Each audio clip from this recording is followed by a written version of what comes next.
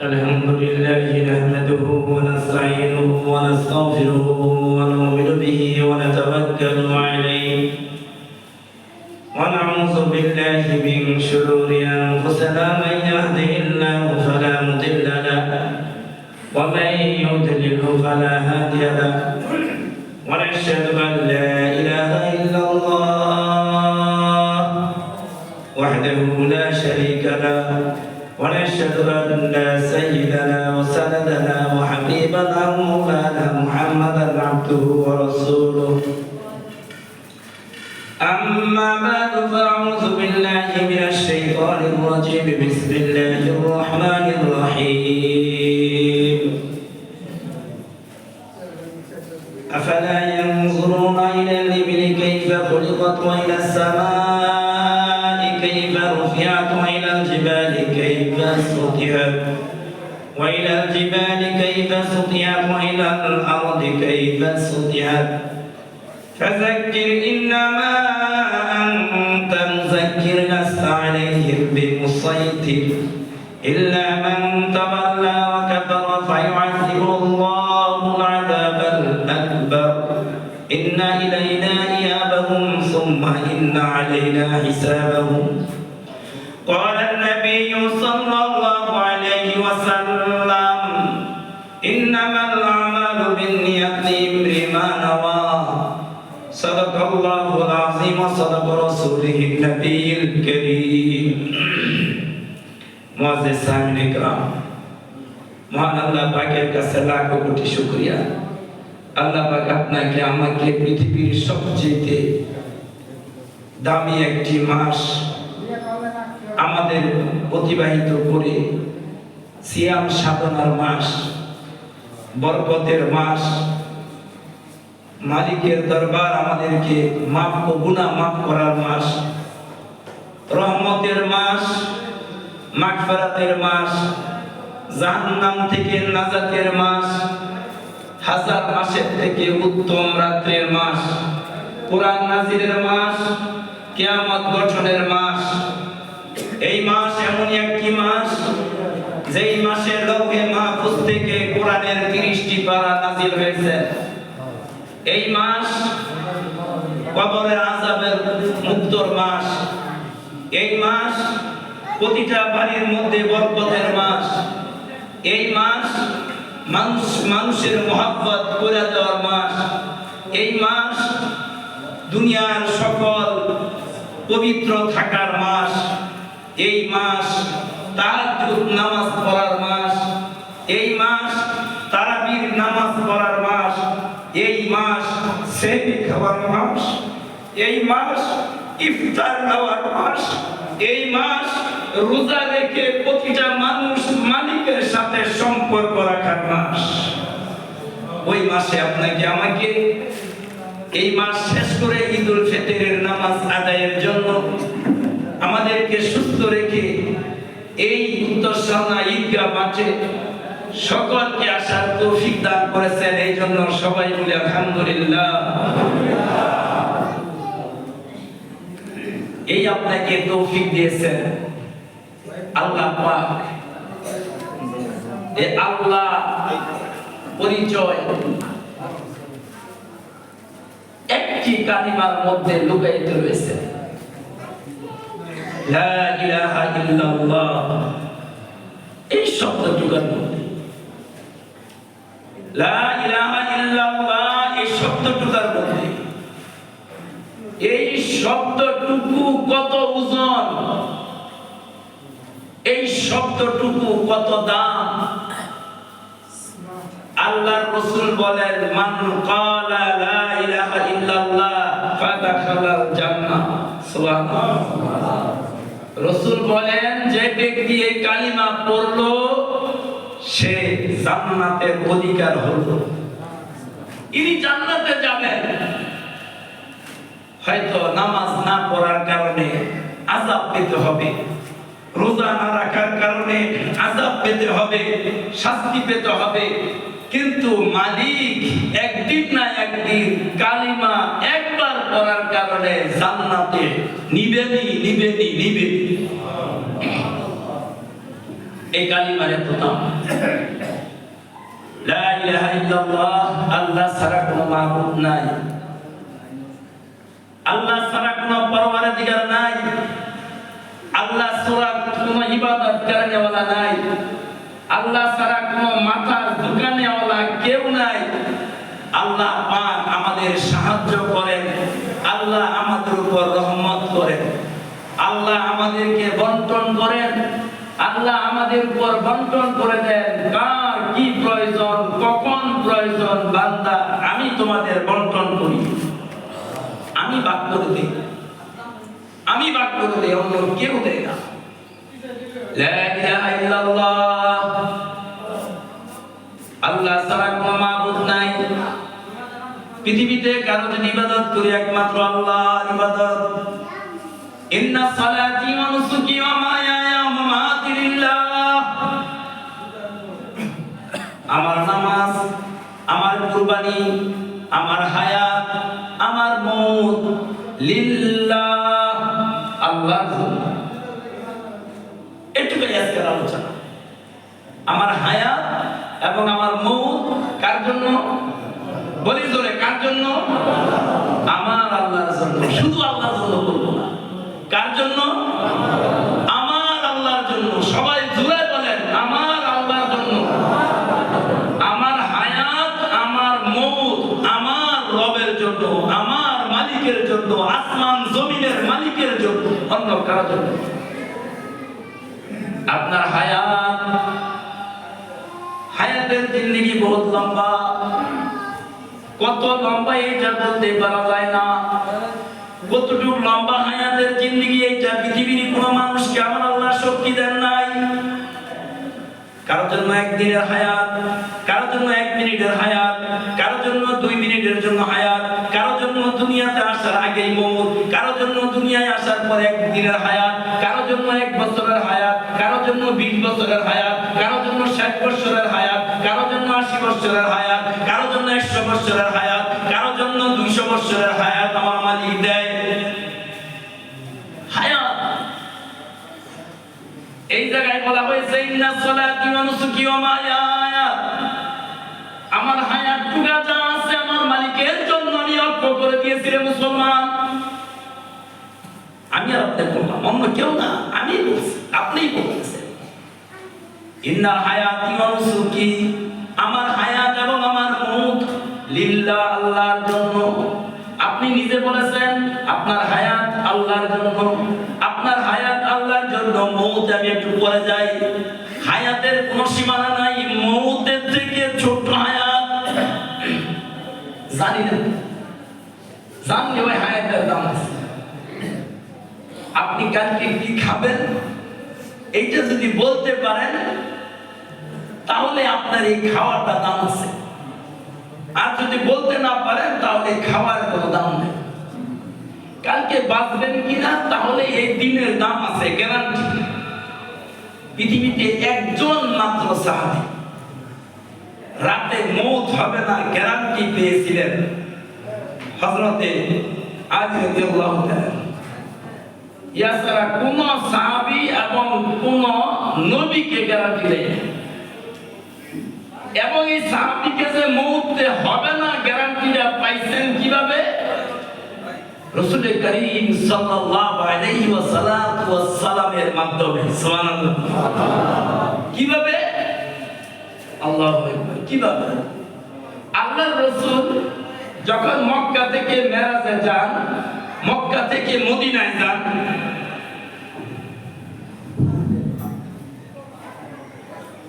মক্কা থেকে মদিনায় যখন যান, আলী রাদিয়াল্লাহু তাআলা আনহুকে বলছেন যে আলী, আমি আগামী কাল মক্কা থেকে মদিনায় আমি হিজরত করব। আমার যত টাকা পয়সা ধন সম্পদ যারা যারা আমার কাছে পাবে তাদের এই টাকাগুলি রাখো, আগামী কাল প্রত্যেকের পাওনাদারকে দিয়ে তুমি মদিনায় চলে আসো। কথা কি বলছেন? আগামীকাল সমস্ত পাওনাদারকে আমার এই টাকাগুলা দিয়া তুমি কোথায় চলে আসবা? মদিনায় চলে আসবা। মদিনায় ভাই সামনে এই সামনে মদিনায় চলে আসবা। আলী রাদিয়াল্লাহু তাআলা আনহু বলেন, রাসূলের এই আমানতগুলি আমি সঙ্গে নিছি, রাসূলের আমানতগুলি আমি বুকে নিছি, বুকে নিয়ে আমি ওই রাত্রির মধ্যে ঘুমাইলাম। আমি এই আমানত নেওয়ার পরে আমার সারা জিন্দেগীর মধ্যে আমি সবচেয়ে চিন্তা মুক্ত ভাবে ওই রাত্রে আমি ঘুমাইলাম। চিন্তা কি মুক্ত হওয়ার কথা ছিল না যুক্ত হওয়ার কথা ছিল? এই জায়গায় রাসূলের আমানত সারা রাত ঘুমানোর কথা না। তো এই আমানত আমি কালকে দিয়ে যেতে হবে। যতক্ষণ পর্যন্ত রাসূলের আমানত আমি না দিব ততক্ষণ পর্যন্ত তো আলীর ঘুমানোর কথা না। এই জায়গায় আলী বলতেছেন যে আমি সবচেয়ে চিন্তা মুক্ত ভাবে ওই রাত্রিতে আমি ঘুমিয়েছিলাম। কেন? রাসূল বলছেন আগামীকাল, খুব খেয়াল করি, রাসূল বলছেন আগামীকাল আমার পাওনা পরিশোধ করে দিয়ে তুমি মদিনায় চলে আসবা। যতক্ষণ রাসূলের আমানত আমি পরিশোধ না করব, আমি আলী নিশ্চিন্ত হয়ে গেছি আমার কাছে জিবরাইল মালাকুল মউত আসবে না, আমার মউত হবে না। আমার জিন্দেগিতে একটা রাত্র আমি মউতের চিন্তাবিহীন ঘুমাইছিলাম। ওই রাত্রটা হলো রাসূল যেদিন বলেছে আগামীকাল আমার পাওনা পরিশোধ করে তুমি মদিনায় চলে আসবে। ইন্না সালাতি ওয়া নুসুকি ওয়া মাহইয়ায়া, হে মুসলমান, আপনার হায়াতে পুরাটা হায়াত আপনি আল্লাহর জন্য ওয়াকফ করে দিয়েছেন এই আয়াতে, এই জায়গায়। এখন আপনারা হায়াত কতদিন এটার কোনো নির্ধারিত নেই। কারোর জন্য হায়াত মৌতের থেকে কম, মৌতের তো একটু সময় লাগে, চোখে পানি আসে, কাতরায়, বড় বড় চোখ করে, আজরাইল আসে। কারো কারো হায়াত শ্বাস নিচে আর বাইর করছে, মৌত হয়ে গেছে। এখন বলা হয়েছে হায়াতটা কার জন্য? আল্লাহর জন্য। আপনারাই বলছেন, ওয়াজ লাগে না, ওয়াজ বেশি আমল করতে লাগে না। আপনাদের হায়াত আল্লাহর জন্য। আপনারা বলেছেন, আপনারা বলেছেন, আপনারা বলেছেন। হায়াত কার জন্য? বলেন কার জন্য? এখন আসি আপনাদের কথায় কথা।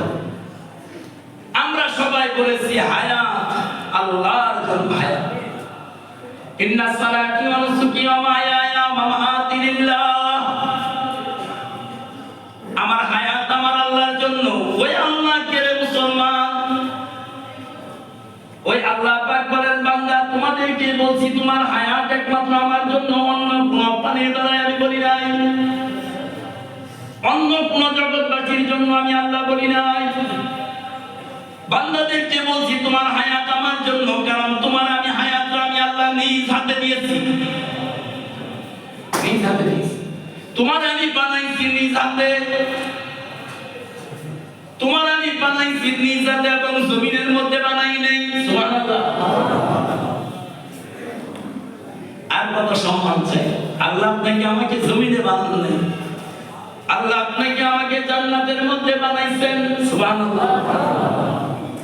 জান্নাতে নিয়ে বানানোর পর আবার আল্লাহ পাক পৃথিবীর সবচেয়ে ইবাদত করনে वाला প্রাণী, সবচেয়ে ইবাদত করনে वाला ফেরেশতা বানায় আমার আল্লাহ বলতেছেন, ও ফেরেশতার দলেরা, আমি দুনিয়া থেকে মাটি আনাই আসমানের মধ্যে আমি আল্লাহ নিজ হাতে মানুষ তৈরি করেছি। এই মানুষ তৈরি করার পর আমি তাদেরকে দুনিয়ার সব নিয়ামত সব নামগুলো শিখাইছি। এখন তুমি এই মানুষকে সিজদা করলে আমি আল্লাহ খুশি। সুবহানাল্লাহ। সিজদা আপনাকে আমাকে করতে বলছে, কারে? ফেরেশতাদেরকে। আমার আর আপনার দাম বুঝি? ওযু ছাড়া ঘুরি, নাপাক অবস্থায় দুনিয়ায় হাঁটি, নাপাক অবস্থায় হাঁটি, ওযু ছাড়া ঘুরি, হারাম খাই। আমার আর আপনার দাম কত? আমার আর আপনার পাওয়ার কত? সমস্ত মানুষ, সব ফেরেশতারা সিজদা করলেন। সিজদা করলেন না শুধু ইবলিস। আল্লাহ পাক বলতেছেন,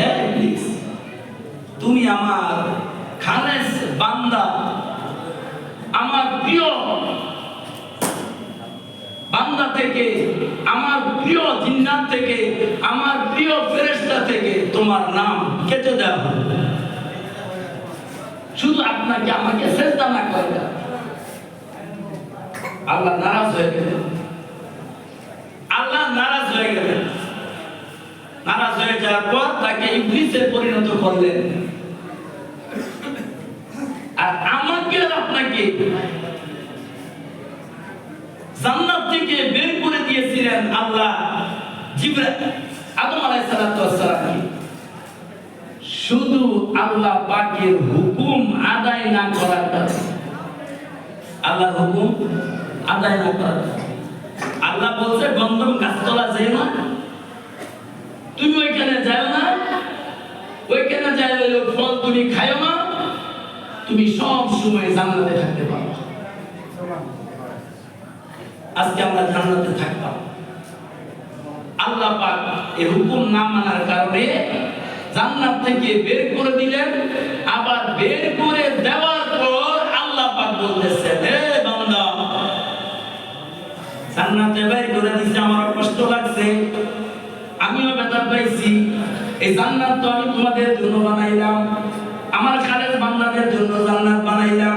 ঠিক আছে, আমি জান্নাত থেকে তোমাদের বের করে দিয়েছি, বের করে দিয়েছি, কিন্তু যতদিন দুনিয়ার মধ্যে হায়াত পাইবা ততদিন ওই হায়াতটুকু তুমি আমার জন্যই রেখো।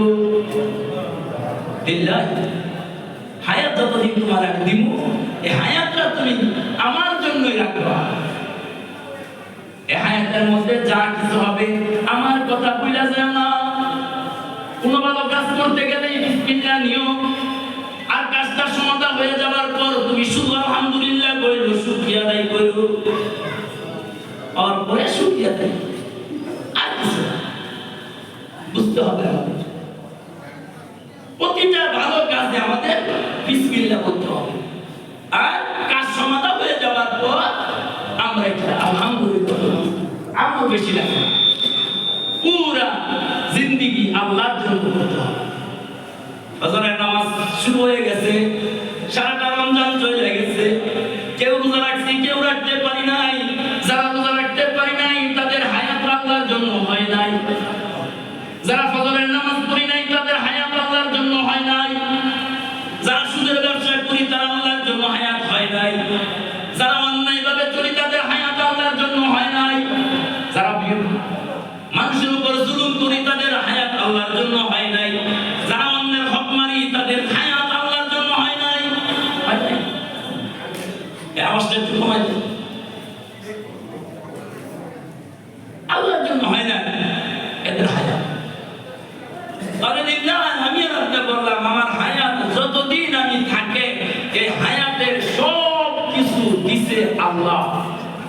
হায়াতে দুনিয়ায় চলতে যা লাগে সব জিনিসের মালিককে, জমিনের মালিককে, আসমানের মালিককে, জোরে বলেন আসমানের মালিককে, আকাশের মালিককে, বৃষ্টির মালিককে, জমিনের থেকে পানি দেয় কে, আপনারা শ্বাস নিঃশ্বাস দেয় কে, চোখের জ্যোতি বাড়াইছে কে, কানে শোনায় লোককে, মুখের ভাষা দিল কে?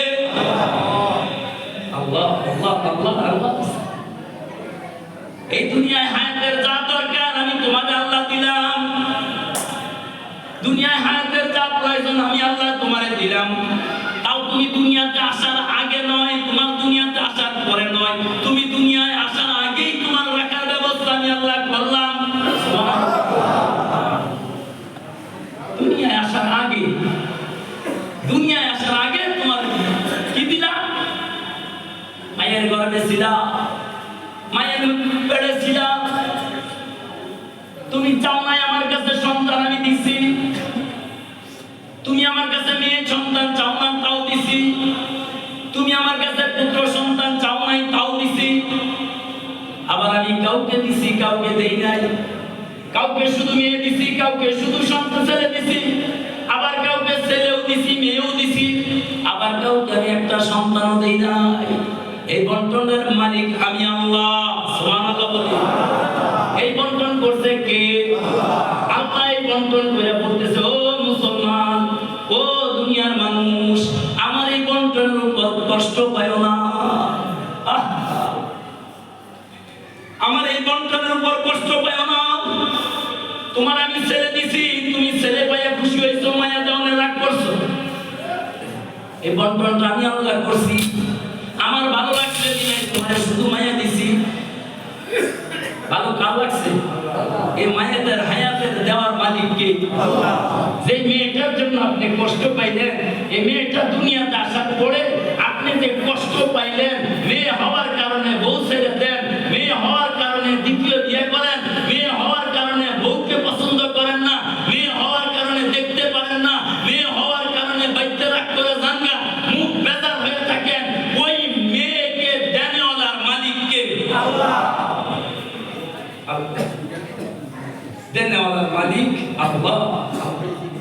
আল্লাহ কয় বান্দা, এই বন্টন তো আমি করছি তোমার হায়াতের জন্য বন্টন করেছি। তুমি শুকরিয়া আদায় করবা কোন দিকে তাকায়া? তোমারই সামনে বহুত মানুষকে আমি সন্তান দেই নাই, ছেলেও না মেয়েও দেই না। অন্তত পক্ষে বান্দা তুমি ওই ছেলে যাকে দেই না, মেয়েও তাকে দেই নাই, যাকে মেয়ে দেই নাই, ছেলেও দেই নাই, ওই লোকের তুলনায় তো তোমার শুকরিয়া আদায় করার কথা। মেয়ে পাইয়া তোমার শুকরিয়া হওয়ার কথা। কি শুকরিয়া? ও মুসলমান, একটা সন্তান যদি না হয়, ডাক্তার যদি বলে তোমার সমুদ্রের মধ্যে তোমার একাধারে 40 দিন ডুব দিয়ে থাকতে হবে, কোন একটা বাবা যদি বলে জীবনে নামাজ নাই, রোজা নাই, হজ নাই, যাকাত নাই, দাঁত ব্রাশ করে না, এমন পীর যদি তোমার আয়েশা বলে না সাধু কইরা তোমার একটা সন্তান হবে 41 দিনের মাথায়, এই সন্তানটা হতে গেলে তোমার 40 দিন পানির নিচে থাকতে হবে, এ বাবাই থাকবো কি থাকতো না? এই সন্তানের জন্য বাবাই 40 দিন পানির নিচে থাকবে কি থাকবে না? জোরে বলেন, থাকবে কি থাকবে না? কইছে গেলাই না ন্যাংটা বাবা, নামাজ নাই, রোজা নাই, যাকাত নাই, লোক কাটে না, ব্রাশ করে না, দাঁত মাজে না, সিজদা নাই, রাসূলের সুন্নাত নাই, ওই ন্যাংটা বাবাই হওয়ার কারণেই আপনি 40 দিন পানিতে রইছেন।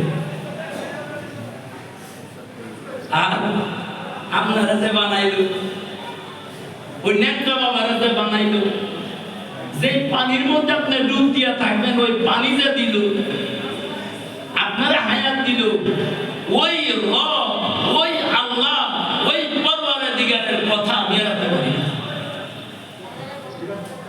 মানি না। সমস্ত হায়াত যা কিছু হবে আগে আল্লাহর জন্য নির্ধারণ করার পর, আল্লাহ যেই কাজে খুশি হয় ওই কাজ করার পর আমরা অন্য কাজ করি। আল্লাহকে নারাজ রাখা দুনিয়ায় চলতে পারবেন, ফিরতে পারবেন, ঘুরতে পারবেন, কিন্তু দুনিয়ায় কোনো বরকত পাওয়া যাবে না, কোনো বরকত পাওয়া যাবে না। তাই হায়াতের যা জিন্দেগি, আপনাকে এই হায়াত পাওয়ার জন্য, এই হায়াতটা ধরার জন্য আল্লাহ পাক জান্নাত থেকে বের করে দেওয়ার পর আল্লাহ পাক তার হাবিব সাল্লাল্লাহু আলাইহি ওয়াসাল্লাম, তার হাবিব সাল্লাল্লাহু আলাইহি ওয়াসাল্লাম সবসময় কাঁদলে উম্মতের জন্য, আপনার জন্য, আমার জন্য। দুনিয়াতে আসছেন উম্মতি বলতে বলতে, 63 বছর জিন্দেগির মধ্যে রাসূল খালি উম্মতি হাদি, উম্মতি হাদি। জান্নাতে গেছেন উম্মতের কথা বলেন নাই, মেরাজে গেছেন উম্মতের কথা বলেন নাই, সব জায়গায় খালি সেই অবস্থা দেখলেন। জান্নাতের জাহান্নামের পার গিয়ে জাহান্নামের ভয়াবহ অবস্থা দেখে, কবরের বর্ণনার কথা শুনে রাসূল পেরেশান, কিভাবে আমার এই উম্মতকে জাহান্নামের আগুন থেকে জান্নাতে নেওয়া যায়। পেরেশান। এই পেরেশানির অবস্থা দেখে রাসূল রমজান মাসে সারা রাত দাঁড়িয়ে দাঁড়িয়ে ইবাদত করতেছেন। আল্লাহ কোরআনের আয়াত নাযিল করে রাসূলকে বলতেছেন, ইয়া আইয়ুহাল মুযাম্মিল কুমিল লাইলা ইল্লা কালিল। কে আমার বন্ধু, আপনি সারা রাত নামাজে দাঁড়ায়া কাঁদতে হবে না। আপনার পাও ব্যথা হয়ে যায়, পাও ফুলে যায়, আমি আল্লাহ কষ্ট পাই। সুবহানাল্লাহ। আপনি রাতের কিছু অংশ কোরআন তেলাওয়াত করেন, কিছু অংশ ইবাদত করেন, কিছু অংশ আপনি আরাম করে। আপনার উম্মতের জন্য কাঁদতে হবে না। কিয়ামতের দিন আপনার কাছে জিজ্ঞাসা না করে, আপনার পারমিশন না নিয়ে, আপনার অনুমতি না নিয়ে কোন উম্মত আমি জাহান্নামে ঠেলে দিব না।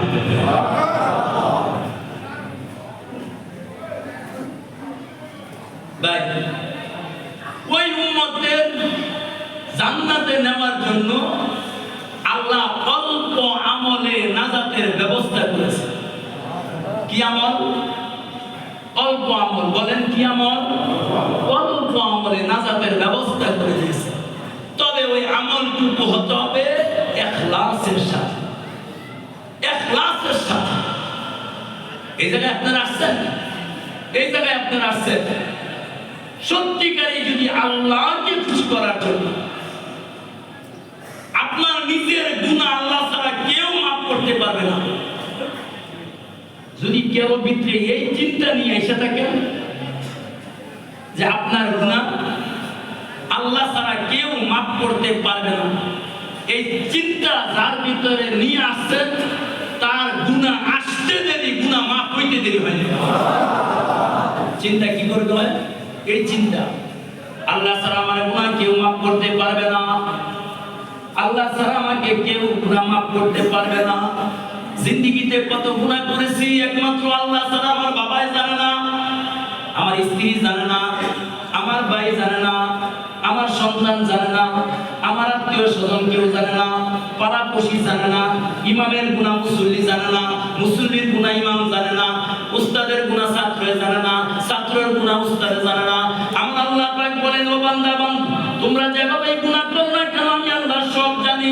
আমি আলিমুল বাসির আলিমুল খবীর, আমি কান দিয়ে শুনি এবং জানি। আমি পিপিলিকার আওয়াজটাও পায়ের আওয়াজটাও আমি আল্লাহ জানি। তোমার গুনাহ যদি তুমি মনে করো আমার ছাড়া কেউ তোমার গুনাহ দেখে নাই, এই বিশ্বাস যদি তোমার ভিতরে থেকে থাকে, এই বিশ্বাসটা যদি তোমার ভিতরে থেকে থাকে মুসলমান, যে আল্লাহ ছাড়া আমার গুনাহ কেউ দেখে নাই, আল্লাহ ছাড়া কেউ মাফ করতে পারবে না, এই বিশ্বাসটা নিয়ে তুমি মসজিদে আসো। বান্দা মসজিদে আসো, 2 রাকাত নামাজ পড়ো, 2 ফোঁটা চোখের পানি ছেড়ে দিয়া তোমার মালিকের কাছে চাও, লজ্জা করো না। তোমার মালিকের কাছে চাও, লজ্জা করো না, লজ্জা করিও না। তোমার সৃষ্টিকারীর কাছে চাও, চাইতে দেরি তোমার জিন্দেগির গুনাহ মাফ করতে আমি আল্লাহ দেরি করি না। আল্লাহ বলে কোন দেরি করে না। এই জন্যই আল্লাহ পাক আমাদেরকে তার কাছে মাপ চাওয়ার জন্য এখানে যারা আসছে, আল্লাহ পাক তার বন্ধুকে বলে, বন্ধু সারা মাস সারা বছর আপনার মুসল্লিরা আপনার উম্মতেরা নামাজের গুরুত্ব দেয় না।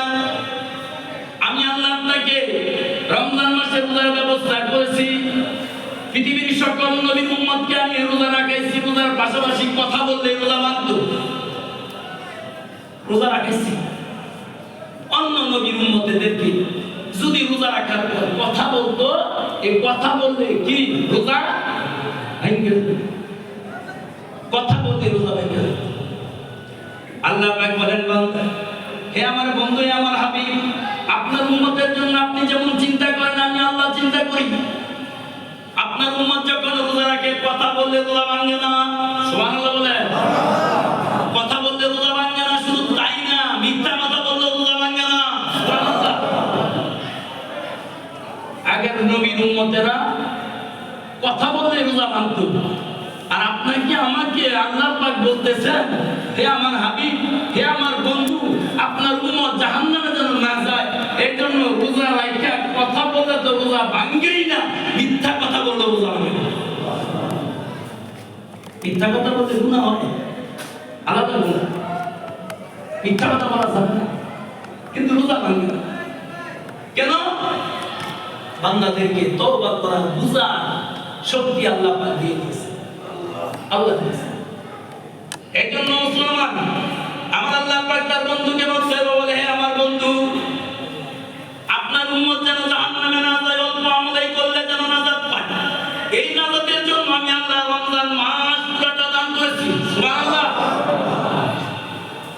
রমজান মাস দিছে। রমজান মাস কি আবার 1 বছর আগে কি আসবে? যারা রোজা রাখছেন তাদেরও রমজান চলে গেছে, যারা একটা রোজাও রাখেন না তার জন্য রমজান চলে গেছে নাকি রয়েছে? তাহলে যারা রোজা রাখে এখানে আসছেন আর যারা রোজা না রাখে এখানে আসছেন, এই দুইজনের মধ্যে কি ব্যবধান আছে কি নাই? আছে কি নাই? এখন যারা রোজা সারাটা মাস রাখা এই জায়গায় যারা আসছেন, তারা মনে মনে ভিতরে একটা শান্তি আছে, অবশ্যই আল্লাহ আমাকে জান্নাত দিবেন। আর যারা রোজা না রেখে আসছেন তারা কি এই গ্যারান্টিটা দিতে পারবেন? না। তারা মনে মনে বলতেছেন, আল্লাহ আমি রোজাদারের মতো তো হতেই পারি না, তবে তাদের জন্য সুসংবাদ আছে। সুবহানাল্লাহ। তাদের জন্য সুসংবাদ, তাদের জন্য সুসংবাদ হইল, আমার মালিক জিন্দেগিতে রোজা রাখি না, আমি বুঝি না। আজকে এখানে বয়ানের পরে, আলোচনার পরে আপনার জন্য আমার হায়াতটা ওয়াকফ করে দুনিয়াতে আসছে এটা জানতাম না। আজকের থেকে নিয়ত করলাম, হে মালিক যতদিন তুমি আমাকে হায়াত দিবা ততদিন পর্যন্ত আমি জিন্দেগিতে একটা রোজা ভাঙবো না। এই তওবাটা যদি এই জায়গায় আইসা করে যান, তাহলে আল্লাহ বলেন আমি এমন দয়ার রহমান, আমি এমন দয়ার সাগর, গতকালকে রোজাটাও তুমি থাকো নাই, এই নিয়ত করার কারণে, এই তওবা করার কারণে আমি আল্লাহ গতকালকে রোজার গুনাহটাও আমি আল্লাহ মাফ করে দিই। আল্লাহ তার বন্ধুকে বলে, ও বন্ধু তুমি তো এই উম্মতের জন্য কাঁদলা, এই উম্মতের জন্য পেটে পাথর বাঁধলা, এই উম্মতের জন্য গায়ে মাথার মধ্যে লোহার পয়রা বিদাইলা, এই উম্মতের জন্য তাইফের ময়দানে তুমি জুতা মুবারক রক্তে ভরাইলা, এই উম্মতের জন্য খন্দকের যুদ্ধে পেটে পাথর বাঁধলা, এই উম্মতের জন্য তুমি না খাইয়া থাকলা, এই উম্মতের জন্য নিজ হাতে যুদ্ধ করলা। ও আমার বন্ধু, হে আমার বন্ধু, আপনার উম্মত যদি আমার কাছে তওবা করে, তওবা করতে দেরি এই উম্মতের গুনাহ মাফ করতে আমি আল্লাহ দেরি করব। তারপরে রমজান মাস, তারপরে দিছে রমজান মাস। এই রমজান মাসের মধ্যে আবার দেখেন আল্লাহ পাক তার বন্ধুকে, আল্লাহ পাক তার বন্ধুকে বলছেন, কি বলছেন? রমজান মাস পুরাটাই বলবেন, এর মধ্যে আবার আমি রমজান মাসকে 5টা ভাগ করে দিয়েছি। কয়টা ভাগ? কয়টা ভাগ? প্রথম ভাগ করছি আমি 3টা ভাগে। প্রথম 10 দিন রহমত, মাঝের 10 দিন মাগফিরাত, শেষের 10 দিন জাহান্নাম থেকে নাজাত। কোন কারণে প্রথম 10 দিন রহমত পান নাই, বুঝতে পারেন নাই আল্লাহ যে রহমতের মালিক, বুঝতে পারেন নাই আল্লাহ না চাইতে আপনারা খাওয়াইছে, বুঝতে পারেন নাই আল্লাহ যা কিছু মুখ দিয়া দেন এই যে হজম শক্তি করা, বুঝতে পারেন। 15 দিন পানি খান, 15 দিন পানি খাওয়ার পরে আল্লাহ পাক বলেন, বান্দা এই 15 দিন তুমি একটা পানি খাইয়া বাঁচতাছো, এই 15 দিনে আমি এক পানি থেকে তোমার শরীরের ভিতরে রক্ত তৈরি করে দিই। এই 15 দিনে এক পানি থেকে তোমার ভিতরে হরমোন তৈরি করে দেই। এই 15 দিনে এক পানি থেকে তোমার ক্যালসিয়াম বানায় দেই। এই 15 দিনে পানি থেকে তোমার হাড়টি আমি বড় করে দেই। আল্লাহ কেন? আল্লাহ এই জন্যই বানায় দেন, বান্দাদের আল্লাহ নিজ হাতে বানাইছে, নিজ হাতে বানাইছে। আল্লাহ পাকের নিজ হাতে আমাদের সবচেয়ে বড় সম্পদ এইটাই, আমার মালিক, আমার মালিক, আমার মালিক আমাকে নিজ হাতে তৈরি করে দুনিয়ায় ছেড়ে দিয়েছে। মায়ের পেটের থেকে আসার পর কোথায় ঘর দিবেন? আল্লাহ আপনার দুনিয়ায় আসার আগে জমিনটা আপনার জন্য বিছনা বানাই দিছে, জমিনটা বিছনা বানাই দিছে, ছাদের মধ্যে নিচে ঘুমাইবেন, আসমানটাকে ছাদ বানাই দিছে, এ আপনার চলাচলের জন্য পানির ব্যবস্থা করে দিয়েছেন। কতবার এই কথা আমি রাখতে শুনি, কতবার ওই মালিকের কথা আমি রাখতে ভুলে যাই, ওই মালিকের কথা ভুলে যাই। মালিক আপনাকে আমাকে খুব মায়া করে বানাইছে, তাহলে মালিকের জন্য সমস্ত যারা কিছু হায়াত আমরা মালিকের জন্য, আমার হায়াত, আমার জিন্দেগি যতদিন যা করি, ব্যবসা করব আল্লাহকে ভুলবো না, বাণিজ্য করবো আল্লাহকে ভুলবো না, রাসূলের সুন্নতের কথা ভুলবো না, খানা খাইবো দস্তরখান ছাড়বো না, আমরা টিস্যু ব্যবহার করব, সুন্নত মোতাবেক আমরা যাব, সমস্ত কাজ আল্লাহকে আমরা যেন না করি। এই জন্য সময় উপস্থিতি, মাঠে জায়গা নাই, ছাদে ব্যবস্থা করা আছে, ছাদে বিছনা বিছানো আছে মনে হয়। এই জন্য আমাদের কাগজ আছে, আরো কাগজ করা আছে।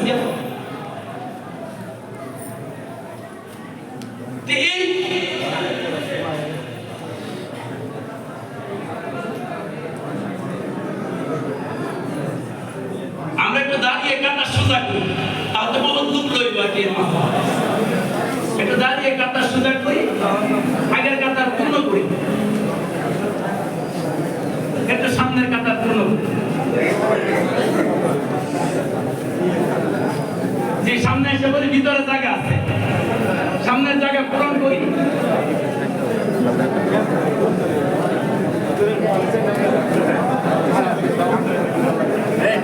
সামনের জায়গা পূরণ করে আমরা আবার একটু বসে দেই, আমরা ইনশাআল্লাহ বসে দেই।